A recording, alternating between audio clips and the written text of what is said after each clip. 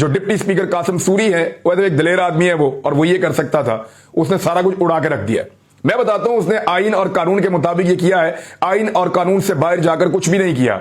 फिर आपको बताता हूं कि पंजाब में अब क्या होने वाला है, खैबर पख्तूनख्वा और सिंध में क्या होने वाला है, ये सारी पिक्चर आपको अभी मैं अगले चंद मिनट में बता देता हूं। नंबर एक तो आप ये देखें कि स्पीकर की जो रूलिंग होती है ना, पहली बात आप याद रखें, स्पीकर जो रूलिंग दे देता है असेंबली के अंदर वो रूल्स के मुताबिक देता है, जो कानून आइन उसको कहता है उसके मुताबिक देता है। और स्पीकर की रूलिंग को पाकिस्तान की किसी भी अदालत में चैलेंज नहीं किया जा सकता। स्पीकर की रूलिंग को मैं फिर कह रहा हूं, पाकिस्तान की किसी भी अदालत में कभी भी चैलेंज नहीं किया जा सकता। तो ये ऐसे ही रहेगा। नंबर एक बात याद रखें कि आज 7वां दिन था तहरीक-ए-अदम एतमाद का। 7 दिन मुकम्मल हो गए।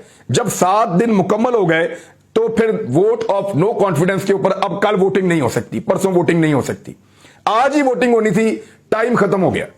ये ऐसा तुर्क का पत्ता इमरान खान साहब ने खेला, ये ऐसा ट्रंप कार्ड था, ऐसा सरप्राइज था कि सबकी कांपें टांग गई हैं।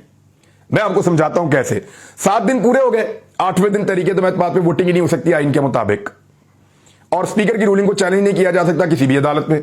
2 चीजें हो गई। तीसरी चीज यह है कि जब आप वोट ऑफ नो कॉन्फिडेंस लेकर आते हैं तो आपको वजूहात बतानी होती हैं कि ये वो सीरियस वजूहात हैं जिनकी बुनियाद पर वजीर आजम पाकिस्तान को हम हटाना चाह रहे हैं। कोई ऐसी जिनकी मुझे शक्ल पसंद नहीं है, मैं निकालना चाह रहा हूं, ये नहीं हो सकता। या पाकिस्तान में महंगाई ज्यादा होगी, वो तो पूरी दुनिया में ज्यादा हुई है, मैं निकालना चाह रहा हूं, नहीं निकाल सकता।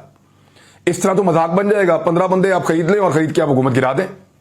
ऐसे हो नहीं सकता कि एक वोट ऑफ नो कॉन्फिडेंस की तहरीक आए और सिर्फ इस बुनियाद पे आ जाए कि वजीर आजम पसंद नहीं है, इसकी पॉलिसीज अच्छी नहीं लगती, महंगाई बढ़ गई है, हम इसको निकाल रहे हैं। ऐसे नहीं होता।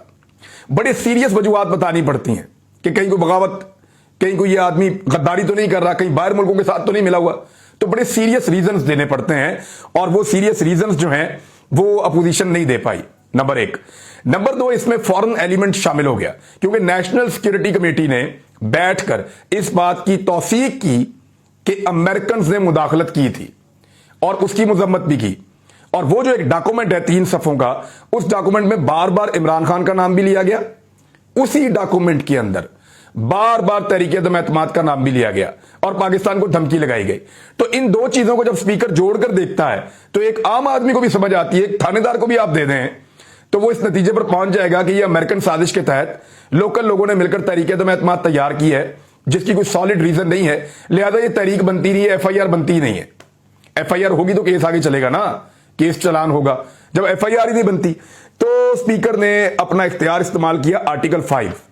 आर्टिकल 5 के तहत स्पीकर के पास ये डिस्क्रिप्शन होती है, इख्तियार होता है कि वो किसी भी तहरीक को फारिग कर सकता है। लिहाजा एक तहरीक थी, जैसे नॉर्मली तहरीकें आती हैं, ये तहरीक-ए-अदम एतमाद थी, तो स्पीकर ने उस तहरीक-ए-अदम एतमाद को फारिग कर दिया आर्टिकल 5 के तहत। अब किसी अदालत में चैलेंज नहीं किया जा सकता। 7वां दिन गुजर चुका है, लिहाजा अब तहरीक-ए-अदम एतमाद के ऊपर वोटिंग भी नहीं हो सकती। और फिर इमरान खान साहब ने अगला जो तुर्क का पत्ता